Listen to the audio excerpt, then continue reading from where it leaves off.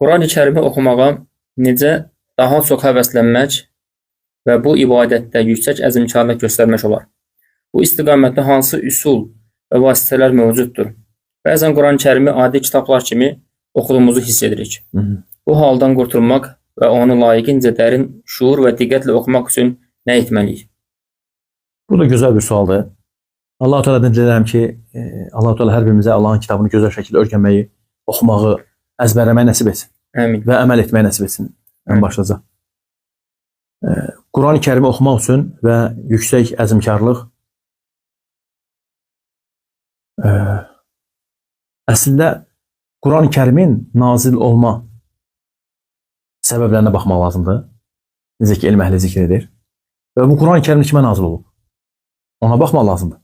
Və o tarixi yaxşı bilmək lazımdır. Ümid edirəm ki, inşallah ki, biz bu nazil olma səbəbinə baxsaq, ayətlərin, surələrin və həmçinin nə cürlə nazil olub və kimə nazil olub, onları öyrənsək, inşallah ki, bizim nədir? Yüksək əzmkarlığımız olacaq, inşallah. Səbəblər müxtəlifdir. Siz də bildiyiniz kimi ayətlər, surələr müxtəlif səbəblərdən dolayı nədir? Əsbəb-ı nuzul deyilən fən var, hansı ki, keçirlər bunu. Yəni, universitetlərdə və həmçinin elm əhli, alimlər. Yəni, Quran-ı Kərimin nazil olma səbəbləri, ayətlərin nazil olma səbəbləri. Müxtəlif səbəblərdən dolayı nədir? Quran-ı Kərim nazil olub.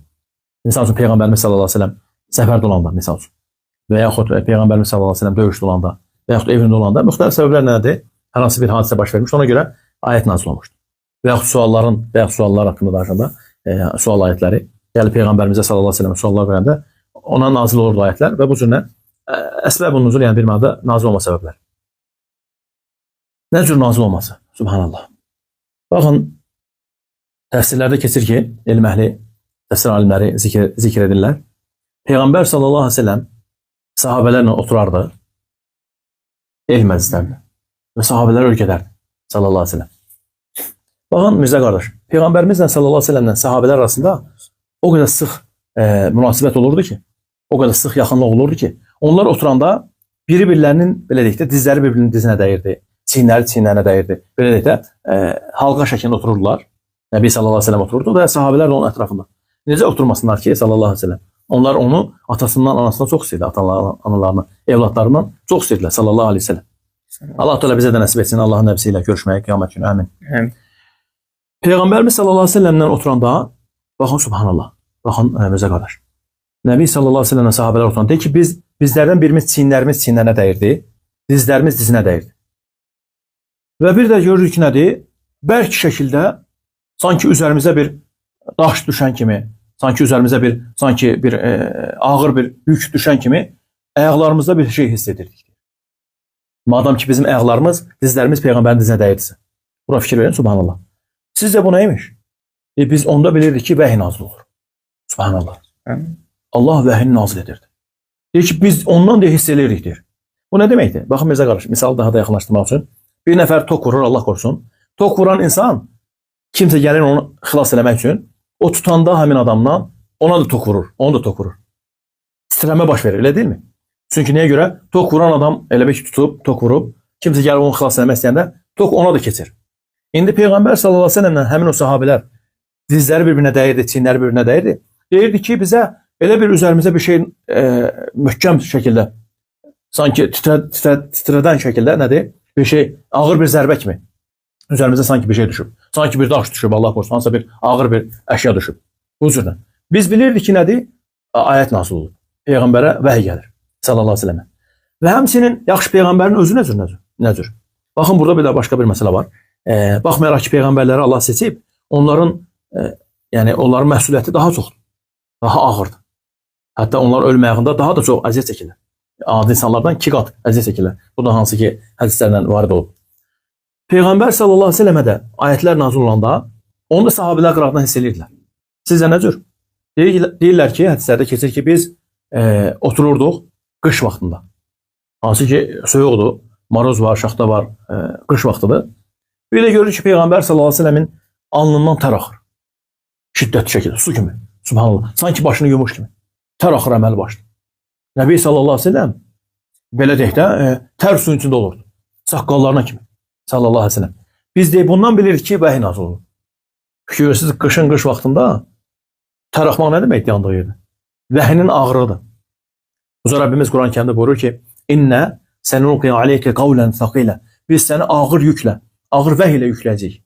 Allah vəhini yük adlandırıb. Ağır bir məsuliyyətlə yükləyəcək. Hansı ki, sizin də bildiyiniz kimi Cəbrail əleyhissalam ilk dəfə Quran-ı Kərim nazil edəndə Peyğəmbərimizə sallallahu əleyhi və səlləmə onun bəlkə 3 dəfə nədir, qucaqlamışdı, buraxırdı, qucaqlayırdı, sıxırdı özünə tərəf. İqra deyir, oxu, oxu, oxu. Peyğəmbərimiz sallallahu əleyhi və səlləm deyir ki, mən deyir oxumağı bacarmıram sallallahu əleyhi və səlləm. Axırda ayətlər nazil oldu. İqra bismi rabbikəl-ləzi xalaq.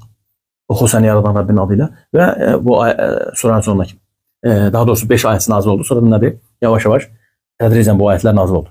Baxın, Peyğəmbərimiz sallallahu əleyhi və səlləm bu hadisə baş verəndən sonra evinə qayıdır. Subhanallah. Evinə qayıdır. Xədicə anamıza nə deyir? Deyir ki, zəmmiluni, zəmmiluni. Ancaq bu kəlmələr işlədir. Üzərimi örtün, üstümü örtün. Üstünü belə deyək də ədyalla, yorğanla örtürdü, şüyürdü. Bəlkə ona nədir? Elə bir ki, həyəcan gəlir. Sizcə bu həyəcan, bu qorxu nəyin qorxusudur? Nəyin həyəcanı? Quran-ı Kərimin. Quran-ı Kərim məsuliyyəti ağırlığı. İndi bizlərdən birimizə yaraşarmı ki? Biz bunları bildikdən sonra, öyrəndikdən sonra biz belə məsuliyyətsiz şəkildə yanaşaq, Allah qorusun, Quran-ı Kərimə. Və həmçinin orada sonunda keçirdi ki, sanki bir adi bir kitab kimi. Allah qorusun bu haldan. Çalışmaq lazımdır ki, bu hal baş verməsin.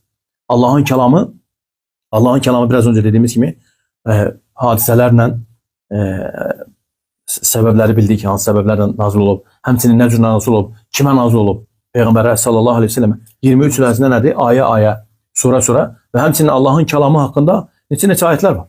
Allahın kəlamının əzəmətli olması haqqında.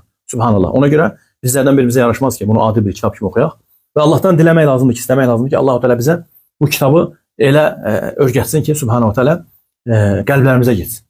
Allah'a dua etmək lazım. Allah'ım kitabını qəlbimə yerləşdir, ya Rabbi. Allah'ım kitabını zehnimə yerləşdir. Kitabınla əməl edin. Bəzən də Allah sizdən razı olsun son olaraq niyə görə bu şeylər baş verir? İnsanlar özü üçün bu kitabı düstur götürmürlər. Belə deyək də, qanun kimi götürmürlər. Allah'ın kəlamıdırsa burada bitdi hər şey. Yoxsa ki, heç olmaz biraz belə edeyim, biraz belə edeyim. Bunu götürün, bunu götürmeyeyim. Bu şeylər olur deyən insanlarda, yəni Allah rəhmədən qullar istisnadır. Ona görə bu şeylər, bu cürə hallar baş verir, Allah qorusun. Amma bir nəfər bilsə ki, bu kitab, o kitabdır ki, bunun haqqında Allah Quran-ı Kərimdə buyurur ki, biz bu kitabı dağları nazil etsəydik, dağları Allahın qorxusuna paramparça olduğunu görər. Və bu kitab əzəmətli bir kitab. Biraz öncə eşitdiniz ki, Allah Subhanahu taala nə cürə nazil edib, Peyğəmbərimiz sallallahu əleyhi və səlləm nə cürə o nazil olub. Ona görə bu şeyləri biz bilsək, öyrənsək, inşallah ki, ümid edirəm ki, bu şeylər olmaz. Allah daha doğrusunu bilir.